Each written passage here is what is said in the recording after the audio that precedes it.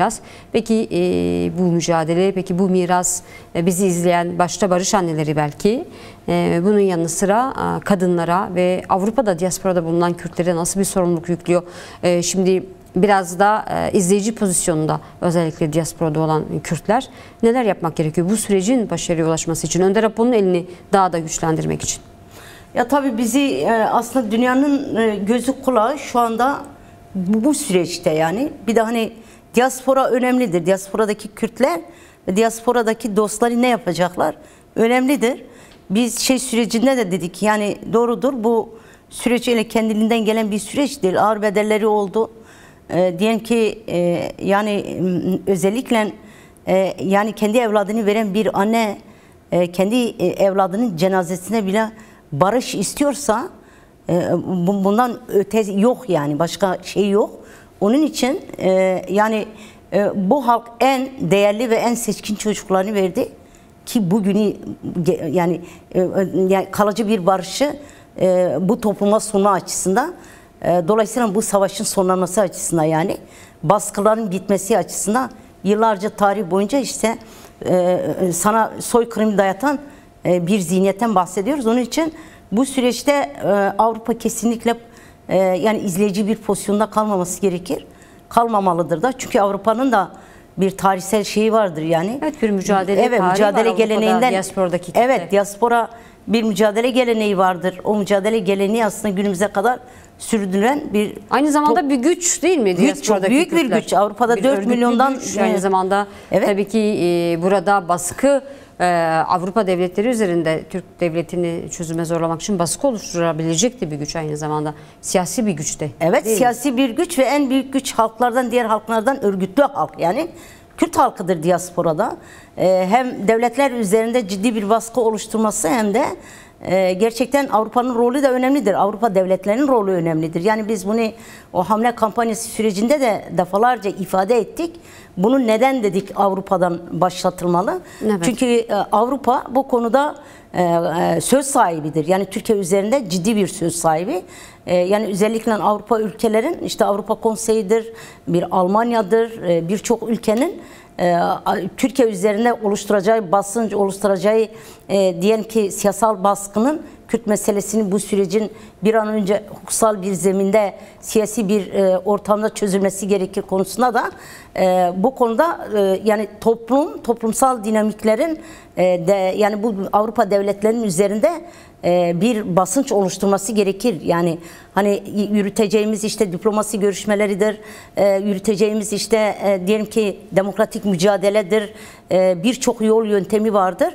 4 milyondan fazla Kürt'ten bahsediyorsak diasporada burada direkt bu sürecin öncülük rolünü alması lazım. Yani kitlenin, halkın, tüm dinamiklerin. Bir de hani Avrupa'da böyle bir şeyimiz de var. Yani sadece biz tek bu Kürt meselesinin demokratik bir zeminde çözülsün diye yürütmüyoruz. Yani bizimle birlikte dostlar vardır. Gerçekten bilinen birçok şahsiyet vardır. Yani Nobel ödülünü alan insanlar bizimle Önder Apo'nun fiziki özgürlüğü için, Kürt sorununun demokratik bir zeminde çözülmesi için öncülük yaptılar. Hala da bu öncülük devam ediyor. Bu süreci onlarla birlikte örmeye çalışacağız. Özellikle bizler, yani şu anda diasporada olan biz Kürdistanlılar dostlarla birlikte bu sürece seyirci değil, seyirci pozisyonunda değil, direkt bu sürecin öncüsü olarak bu süreci öreceğiz ve mücadele edeceğiz. Çünkü bu mesele yani ilk yapılan açıklamada da defalarca ifade etmiştik. Biz önderliğin elini güçlendirmek zorundayız. Yani bu süreç bir 2013 sürecine benzemiyor. Defalarca örnek verdik. Yani 2013'ünde gerçekten sadece o yürütülen müzakere sürecini önderliğe bıraktık. Dedik evet, nasıl olsa önderlik yürütüyor bu müzakere sürecini. Ve seyirci kaldık. Ciddi bir rehavet oluştu. Ama bu sürecin karakteri rehaveti asla kabul edilecek bir süreç değildir. Elbette ki bu sürecin işte yürütücüsü, baş müzakereci, diyelim ki bu sürecin mimarı Önder Apo'dur. Ama Önder Apo'nun etrafını güçlendirmek gerekir, elini güçlendirmek gerekir. Yani iki tarafın masada oturduğu zaman kimin eli güçlüyse o kazanacaktır, o sonuç alacaktır. Yani bu sürece de böyle bakmak lazım. Biz de kitlemize, halkımıza, dostlarımıza aslında bu temelde, bu söylemle gideceğiz ve bu meseleyi bu şekilde öreceğiz. Yani iki ayak üzerine bu süreci götürmek zorundayız. Bir, meclisi bir an önce kendi görev ve sorumluluklarını yerine getirmesi gerekir. Bir an önce harekete geçmesi gerekir. Bunun ciddi bir kamuoyunu ve basıncını oluşturmak lazım. Diğer bir taraftan da toplumsal ayağını örgütlenme, toplumsal ayağını örgütlerken bu süreci nasıl inşa edeceğiz noktasında önderliğin elini güçlendirmek açısından ve bu mesele sadece önderlik yürütüyor mantığı değil, rehaveti değil. Dünkü izlediğimiz görüntülerden aldığımız heyecan, o coşku, o güç, o harmanan ateşin hissiyatıyla bu süreci götürmemiz gerekir.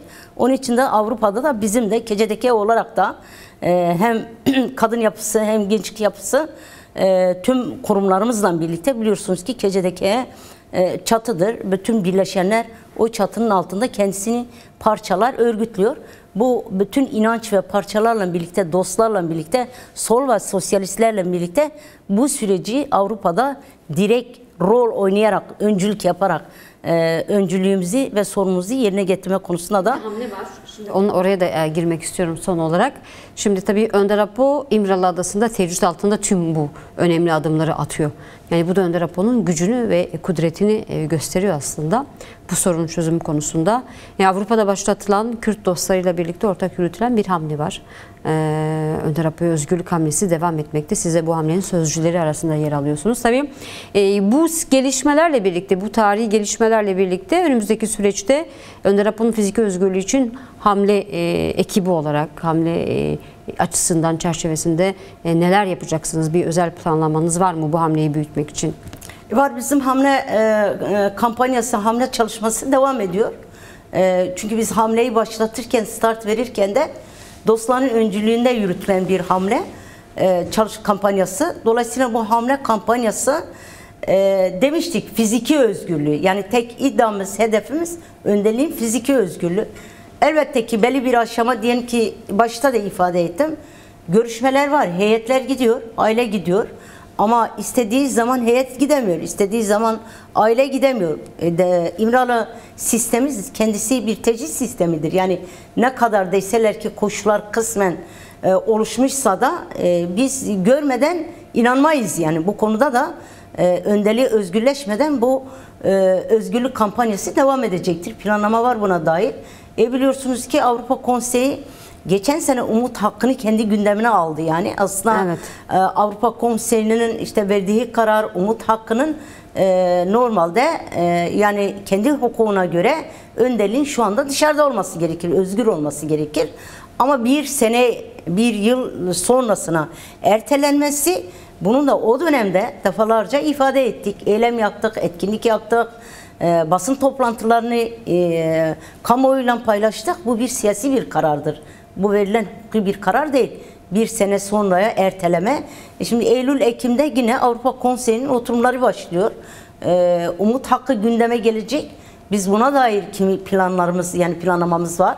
Eylem etkinliklerimiz var. Hem Avrupa Konseyi'nin önünde hem de bizim işte diplomasinin, dış ilişkilerin buna dair konferans çalışması var, planlaması var şu anda Avrupa Konseyi'nde.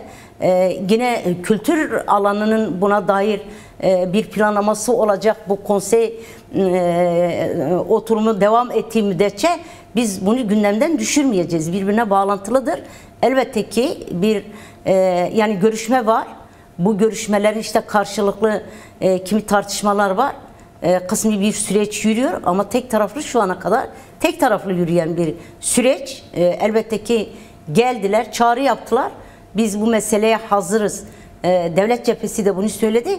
Ama somut adım atması için de önderliğin de fiziki koşulların oluşması gerekir. Yani bir yerde bir masa var. Bir taraf özgür, diğer tarafta istedikleri zaman o masanın etrafına getirme. Böyle bir süreç sağlıklı yürümez yani. Sağlıklı yürümesi için gerçekten bu Türkiye'nin de ihtiyacı var buna. Bu evet, sadece Kürtlerin sadece buna ihtiyacı yok. Şu anda aslında Türkiye'nin içinde derinleşen hem ekonomik kriz, hem siyasal kriz, hem toplumsal sorunlar, ciddi sıkıntılar var. Türkiye'nin de buna ihtiyacı vardır.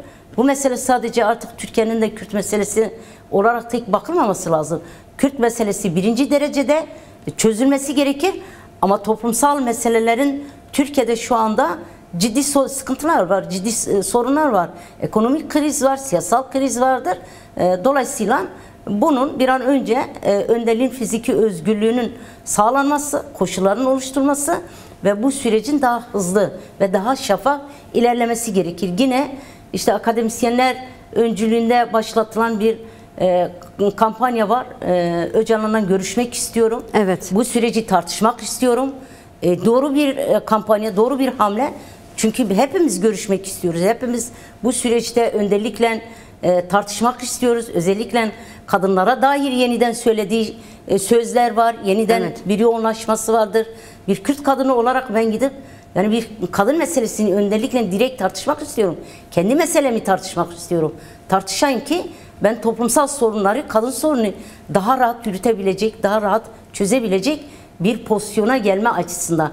Biz hepimiz bu konuda talep ediyoruz, talep edeceğiz. Yarın öbür gün buna dair kamuoyuyla da kendi düşüncelerimizi paylaşacağız.